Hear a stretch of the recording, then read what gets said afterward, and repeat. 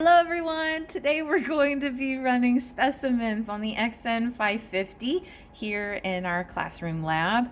That's the XN 550 that you see right there. It's a Sysmex product. It's really wonderful. It has two options. You can run it in sample drawer mode where there's 10 in each drawer that you can run simultaneously, and then there is the manual mode over here. And I'm going to show you both modes at the same time. Woo! I'm enjoying, you can see me in the reflection, it's pretty funny. Okay, all right, so what we're going to do is we've got several different specimens here. Notice they are all whole blood, lavender EDTA tops. The great thing about today is that we've got some sickle cell positive in there as well. Please don't think me insensitive in saying the great thing about this is we have sickle cell. That's not good for the patient, obviously. I'm not a monster, okay? But it will be great for us to see the results from sickle cell and how they're seen on the analyzer. So let's get started. The first thing we're going to do is we're going to make sure that our analyzer is in ready mode. That's this green light down here, and in sampler mode down here. You can see the importance of that in the QC video as well. So see sampler mode. Sampler mode means that I'm going to put it in the drawer. So I have already mixed these guys.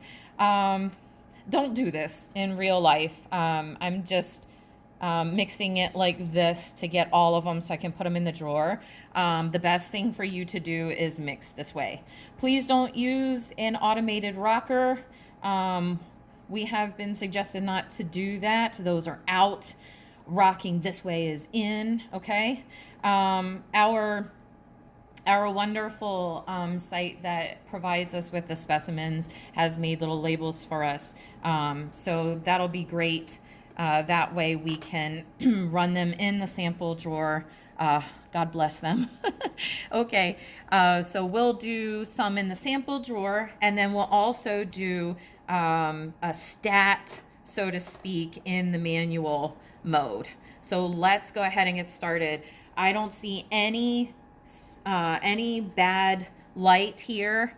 No red light. Okay, so red light means stop, green means go, just like on the road. So we're gonna pull this out. Okay, now what we still have in here is our QC from a video that I just actually made. So we're gonna pull that QC out. I'm gonna put it back in the fridge to make sure that it stays in good quality. You don't ever want to leave specimens out or reagents out for the whole entire shift, because you have obviously you have living cells in there, and they don't stop living once you put them in, okay? And so once you put them in a tube from drawing them from the patient, they don't immediately stop and say, oh my goodness, we're in a venipuncture tube. They keep living and breathing and creating waste, okay? So I'm gonna put some, I missed number 4. Where are you, number 4? That looks like a 9, 10, 11. Oh my goodness, what did I do with number 4? 5, 6, 7, 8. Okay, well number 4 is MIA. So I'm going to put number 6 in there. It's labeled there, but there's also a barcode reader, so it's written as number 6. Students, you can either use the provided barcode number, or you can use the handwritten number. There is no button to go ahead and push to pull this drawer in, so you have to push it in, right? It shows, hey, it's ready, there's something there. I'm going to press the beautiful teal go button. Oh no, the sample adapter is not placed, okay?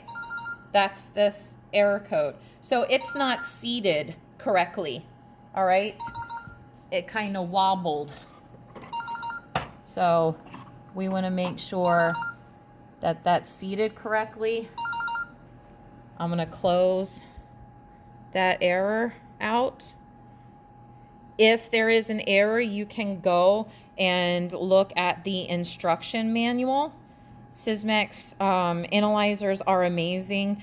You can go and take a look at where it is that is the problem, what do you do, instructions on what to do. So the probable cause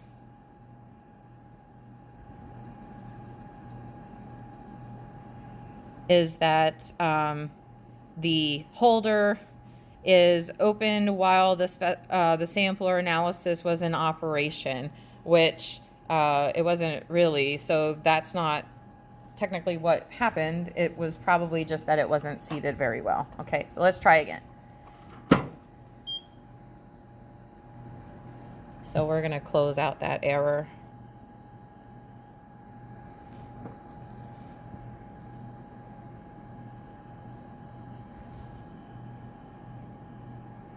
Okay. All right, so what we did not do is select the start position, right? So we're going to press OK there. Instead of closing out the alarm, you're going to reset it. So hit reset, hit close. Okay, all I did was open up the drawer and I replaced the sampler holder again, and I made sure to do it slowly. All right, and I closed the door back up. We have a green light here. We have a green light here as well. All right, so I'm going to go back to menu. We had, in the sampler, we had shown the start position is in start position 1 in the left drawer. Hit OK. And now we'll try again. We'll press that start button. I'm sorry, in the video I just got ahead of myself. Hopefully this will be great. So you've got the arm. Well, we're not going to do that again, but there is I hate the glare here. The arm is going and finding the location right there. Okay, that was the arm. It's going to go and it's going to pick up the first specimen. Okay, just picked up the first one in the first position. It's going to invert it to mix it again.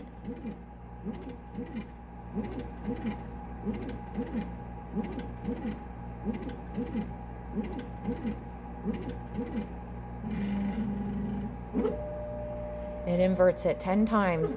Then it's going to put it in the manual spot. Did you see it go in? The barcode's going to read it. And then it's going to take it back and aspirate from the specimen.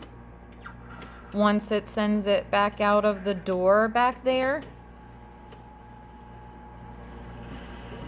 then the sample arm's going to go get it again. It just came out. It pulled it out of the manual spot. Now it's going to put it back where it found it in drawer, left drawer, first spot, right?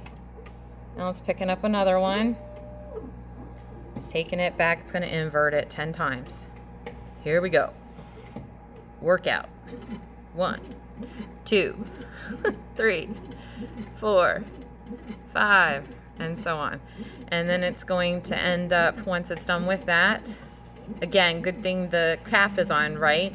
We're always using a closed cap. It is a cap piercing instrument. It puts it in that manual spot, pulls it back, reads the barcode. You see that with the red beam of light. Now it takes it all the way back. It's going to take out from the specimen, piercing the cap. Once it's done aspirating, it's going to pull it back out again. Here it comes. You saw it come out in the white little holder. Specimen arm takes it back to where it found it. All right, so that's fine. Okay, so now we've got results. It's positive. When it's positive, that means you're going to need to do a smear review, most likely. So what we see down here is we have an abnormal WBC scattergram, wondering if there's lymphocyte blast there. See the blast abnormal? And there might be some problems with the platelets are red, so we got to make sure to look for that. All right, so that was the first one. We can also look here at the work list and see what it is that's happening at the moment. Explorer. So these two are the ones that are happening right now, or that just were verified. Okay, so we had ER 724, ER 720. Okay, the handwritten version is different, obviously. Okay, so while that's happening, let's go ahead and take a second to maybe throw in a sickle positive one. All right, now this says hemoglobin S positive, so that would be sickle. The first thing that would happen is you bring the specimen, comes into the laboratory. I'm inverting as I'm talking. Comes into the laboratory, and it may have a CBC and a sickle cell screen on it. The sickle cell screen is a manual test that's done. All right, which I'm not going to show you in this video. So the first thing that we're going to do is make sure that we put this now in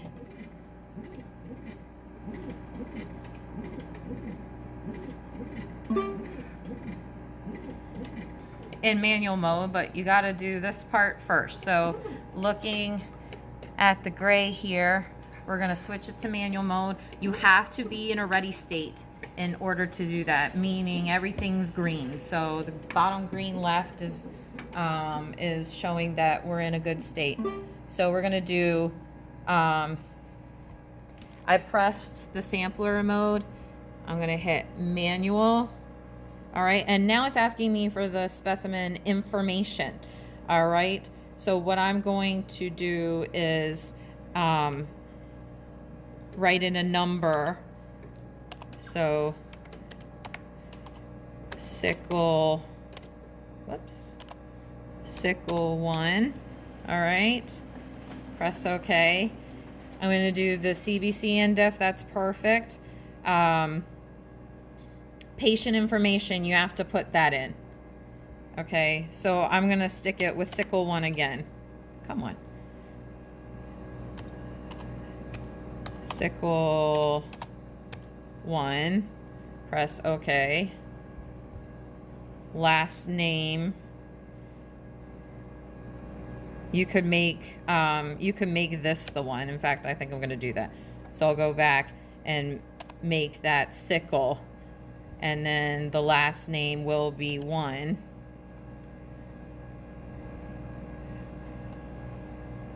And I'll just put 1 there too, also. Okay, so this is sickle 1-1. All right. The patient's oh, you're right.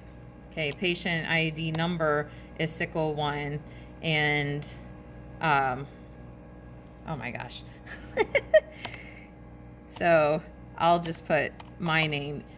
You can put your name in here, but if you keep doing that on manual ones, then you're going to end up needing to change it because you're going to keep saying it's the same thing. All right. I'm not going to put the sex of the patient in here because honestly with a specimen, I don't know. All right. So this should be, so we'll say sickle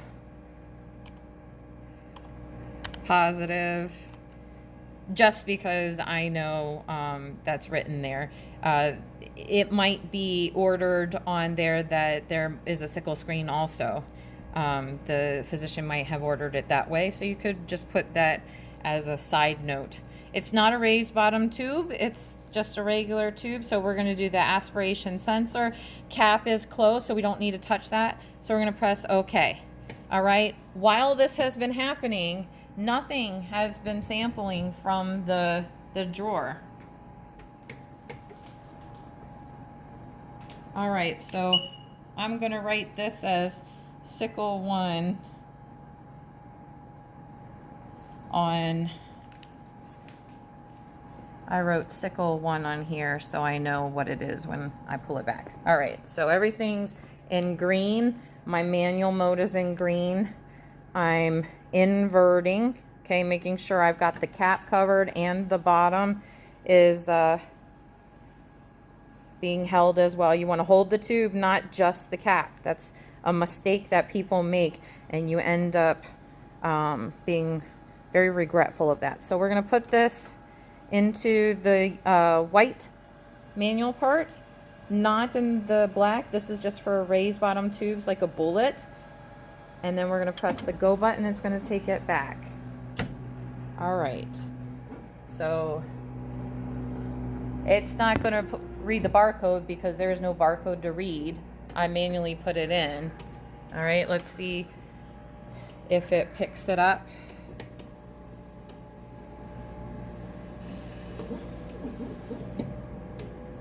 Okay, so while everything else was running, you know, we stopped it for a minute to do the manual entry.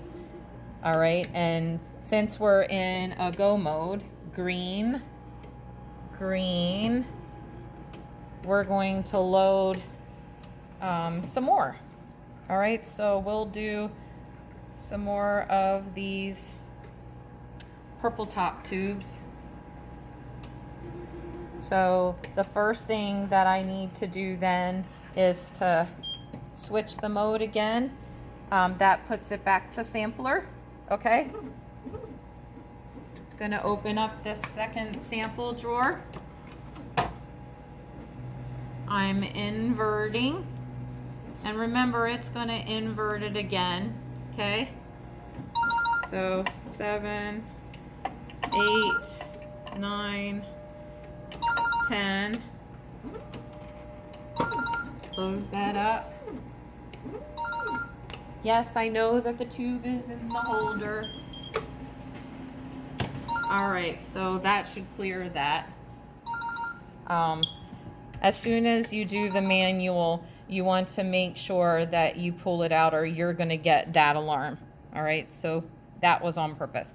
All right, so it says the tube remains in the holder. Okay, so that means you need to stand there and let it come out and then pick it up. Even if you're standing there and putting other stuff in, it's gonna scream at you, okay? So I'm gonna reset the alarm. Make sure, accept.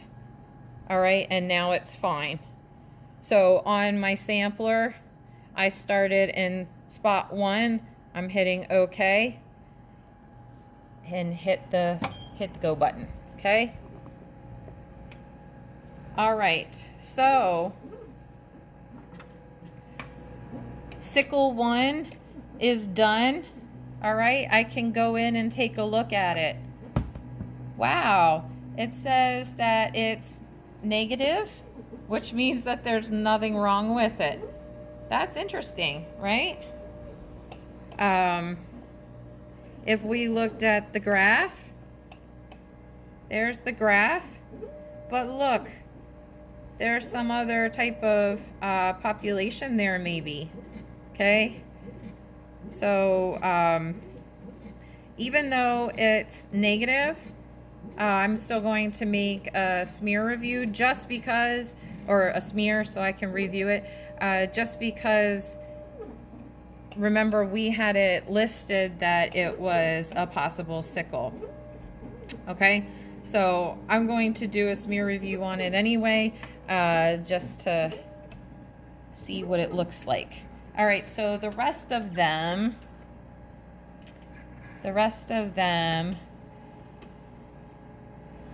let's see, if we went into this one was positive also. Let's see the graph here. So we've got the scatter plot, we've got platelets and RBCs there. What is the what's the flag? The flag is shown over on the right here. It's abnormal WBCs. Let's take a look at that. So here we've got the scatter plot, and in the quick guide Sysmex gives us, we've got the normal scatter plot. All right, so you can look at that compared to what you get on your on your paper, on the screen. So the great thing about this is that, yes, we get a printout of the results, right? But we also can go and see it here if we wanted to make it a little bit bigger. All right, so the flags down here, oh, this one is thrombocytopenia. We can check that out. There are several positives that we had here. The one that we were looking at was the abnormal WBC scattergram. Looking up here, looks like there's an issue maybe with the basophils. Okay, right here. So with the asterisk, that means a low reliability of that test. So may want to look at that, and so you can go through and see these are the parameters that we run on the XN 550 with the with the CBC. So we have your counts and the RBC, so the counts up here and platelets, right?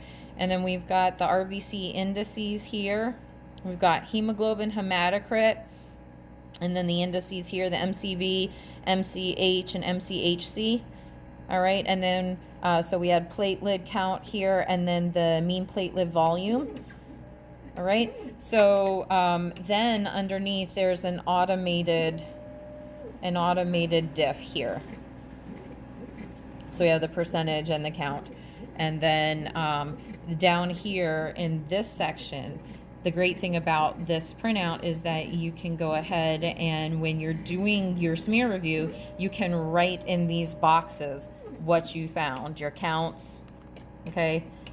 And that way it's all on the same paper report that you can hand in with your lab. Okay, so there are several that I'm going to be making smears for. Let's take a quick look at which ones those are. So looking here, anything that's going to be positive plus that sickle cell are the ones that I'm going to look at. So I've got a positive here. We're going to get that one. I have a positive here. A negative. We're going to leave that one out. That would auto verify. If we were in a high running lab where there's auto verification, meaning that the parameters are fine, nothing looks abnormal, it would look at it against the previous results and see if there's anything to worry about. So this one's negative, this one's positive. We'll pull that one out too. That's the abnormal scattergram. This one's negative. We're going to leave that one alone and verify. This one's positive. That's the thrombocytopenia one. So we have 4 that we're going to do smear reviews on. There's a abnormal WBC scattergram. This one possibly has lymphocyte blasts. All right. And it says that's why the WBC scattergram would be abnormal. This one is an abnormal scattergram. And you can always go up and look at, is there anything that is being flagged up here as well. When you have abnormal scattergram, you can see what is it that is being flagged. And in both of those, it looks like it's the vasos. In this one, the one with the blasts, it's pretty much all of them except for the eosinophils. Okay.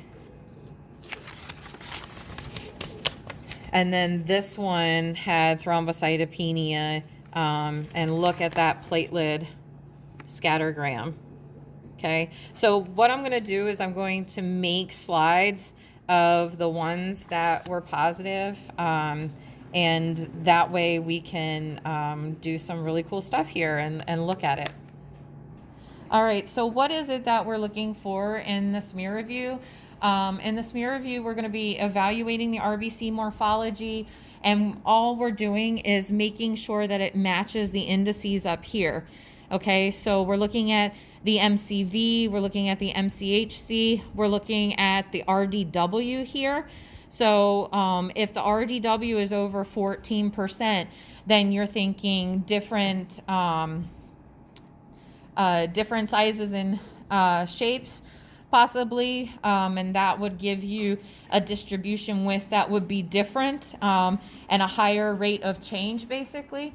And then we're going to be looking at platelet morphology. We're going to be evaluating that to make sure that everything looks normal. You could end up seeing enlarged platelets or giant platelets or maybe platelet clumps that might have been counted as a WBC. We're looking at and doing a platelet estimate, and so you can do that by taking an average of the platelet number of platelets per field and multiplying by the total RBC count, and then you're going to divide by the by 200 RBCs per field, because you have platelets are very close in size to RBCs, so we want to make sure that we have enough RBCs as well. And so you're looking for elevated counts, thrombocytosis.